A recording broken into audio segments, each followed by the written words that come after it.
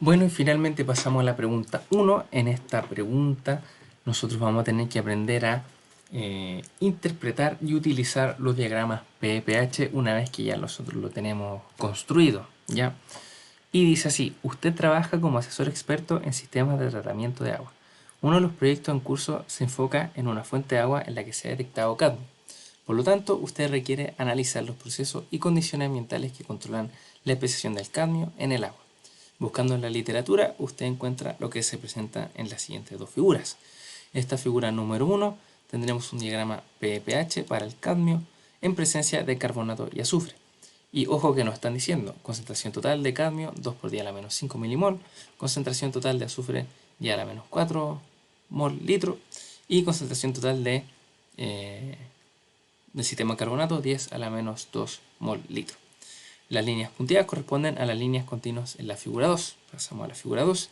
Tendremos un diagrama PPH del azufre, donde tenemos la formación de sulfato y la formación de H2S y HS. Este ya lo vimos en la presentación. Y también tenemos HSO4. En esta figura es el diagrama pH para el sistema azufre para una concentración total de 10 a la menos 4 molar. En un muestreo puntual de dicha fuente se midió 2,2 microgramos de cadmio por litro de solución, 0,01 milimolar de azufre, un pH de 7,5 y una alcalinidad de 500 miligramos litro como carbonato de calcio. Estos parámetros tienen una alta variabilidad espacial y temporal. Entonces, en la parte A nos preguntan qué especies del cadmio esperaría usted que predominaran en dicha muestra y justifique. Entonces, nosotros nos vamos a la pauta y empezamos. Lo primero que hay que hacer es calcular las concentraciones molares de los sistemas disueltos en el agua. Esto es para poder verificar que las concentraciones que nos dieron en el diagrama son las mismas que nosotros medimos en nuestra muestra, y es importante realizar este paso para verificar que estamos haciendo todo bien. Probablemente en el control sería muy extraño, casi imposible que le entreguen un diagrama, por ejemplo, que no les corresponda a las concentraciones que le están dando a ustedes, pero aún así es importante que verifiquen que el diagrama que le están dando, verifiquen numéricamente que corresponde a las muestras de agua que le van a pedir resolver. Entonces, para ello tendremos que pasar las concentraciones todos a molar, dado que así es como la entregan en el enunciado. Para el cadmio tendremos que nos dan una concentración de 2,2 microgramos por litro de solución, lo cual si nosotros realizamos la conversión, que ustedes ya conocen cómo se hace, nos da aproximadamente los 2 por 10 a la menos 5 milimolar, así que estamos bien, eso es lo que se le ha anunciado. El azufre los dan directamente como milimolar y está bien también. Y por último, la alcalinidad nos dan que es de 500 miligramos litro como CaCO3, y esto corresponde a 0,001 en equivalente litro, ¿ya? Por lo tanto, dado que nosotros conocemos el pH, vamos a hacer el clásico truco de ocupar la alcalinidad para saber cuál es la concentración total de carbonato. Entonces, en este caso, nosotros anotamos la ecuación de alcalinidad, conocemos el OH, conocemos el H, conocemos los alfa, dado que conocemos el pH, y por lo tanto podemos despejar la concentración de carbonato, y que ya sabemos que para pH 7,5 podemos considerar que va a ser prácticamente puro bicarbonato, ¿ya? Con esta información es posible validar el uso del diagrama PPH que nos traen en el enunciado. Estos diagramas dependen de las concentraciones totales de la especie involucrada.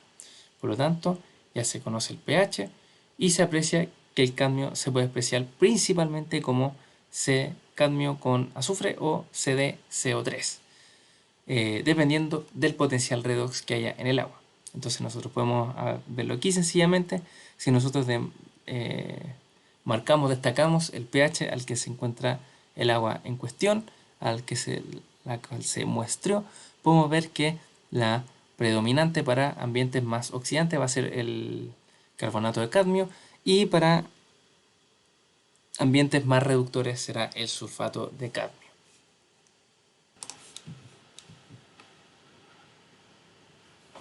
En la parte B nos preguntan qué pasaría si su agua presenta concentraciones muy bajas de carbonato, mucho menor a 10 a la menos 2 molar. Esto es decir, mucho menor a las que se utilizan en el diagrama. Esta es una pregunta súper interesante.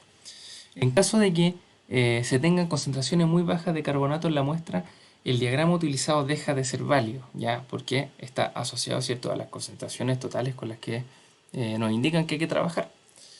A pesar de ello, sabiendo que se tienen concentraciones mucho menores de carbonato, es posible deducir qué es lo que va a pasar. Podemos deducir que el área asociada al carbonato de cadmio se verá disminuida. Y la recta número 1, esta es la recta número 1, ¿cierto? Aquí está demarcada. La recta número 1 entonces se desplazaría a la derecha, por la menor disponibilidad de bicarbonato para formarlo. Para una concentración de carbonato lo suficientemente baja, entonces, las especies predominantes de cadmio pasarían a ser el cadmio más 2 y el cadmio con azufre, ¿cierto? Entonces lo que le estaba comentando es lo siguiente, es que nosotros, esta recta va a estar definida, perdón, esta área va a estar definida por la formación de carbonato de cadmio, y si es que empieza a disminuir el cadmio, perdón, el carbonato que va a estar en solución, va a ser más complejo que se forme carbonato de cadmio, y por lo tanto el área de predominancia de esta especie va a hacerse cada vez más pequeñito, ¿ya?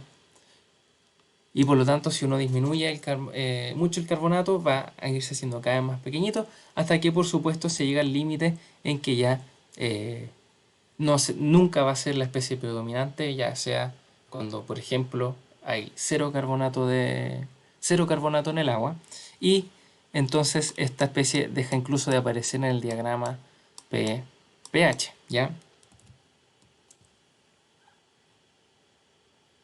Nosotros no tenemos cómo saber numéricamente, por supuesto, cómo va a ser la evolución de esta área. Tenemos que saber por, porque necesariamente al haber menos carbonato en solución, significa que va a ser más complejo formar carbonato de cadmio, pero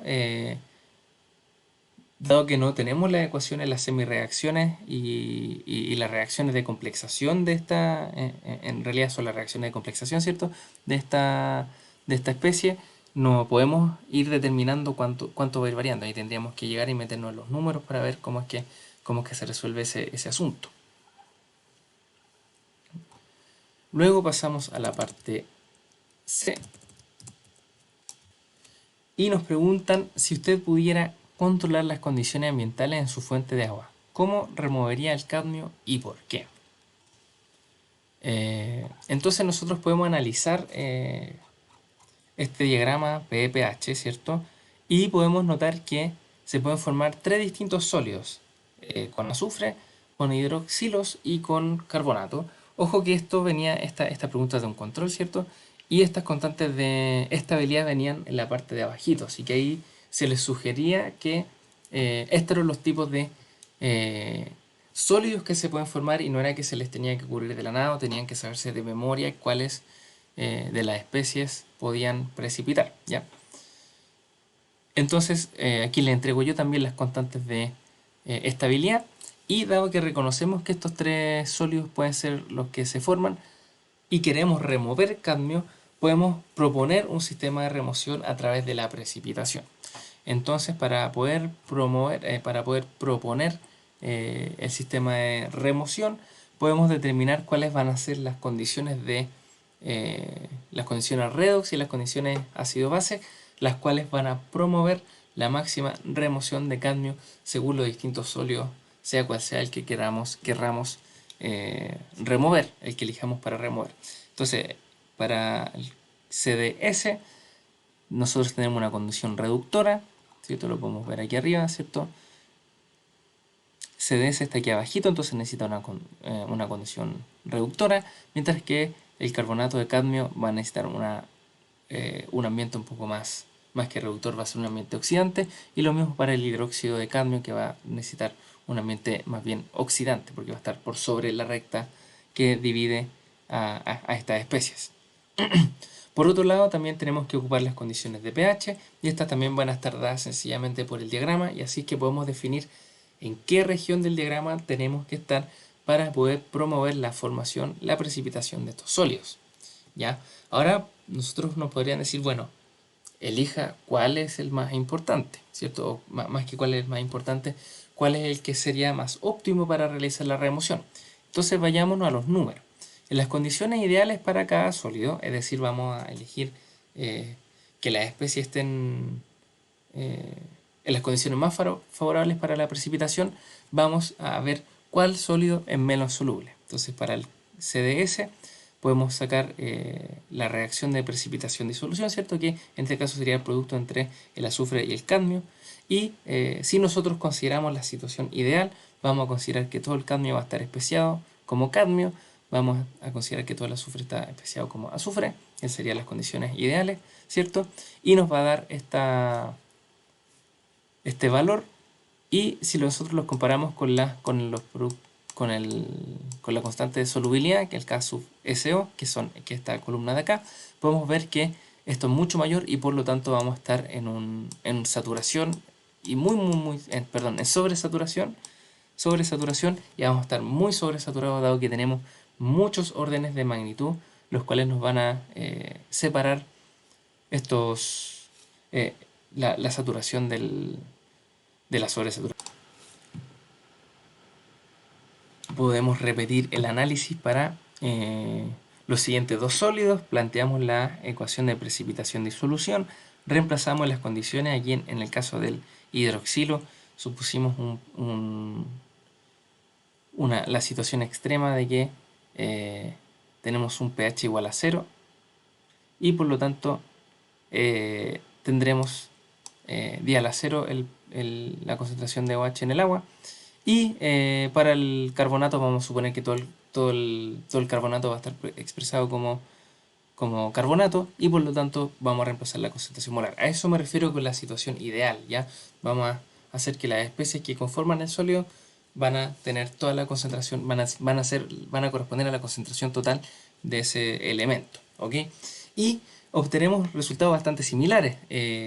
Obtenemos que los resultados de estos productos son mucho mayores, varios órdenes de magnitud mayores a que las constantes de solubilidad, y por lo tanto podemos ver que todos estos van a estar bastante sobresaturados y cualquiera de ellos, si nosotros esperamos a que se llegue al equilibrio, nos va a permitir remover casi todo el cadmio.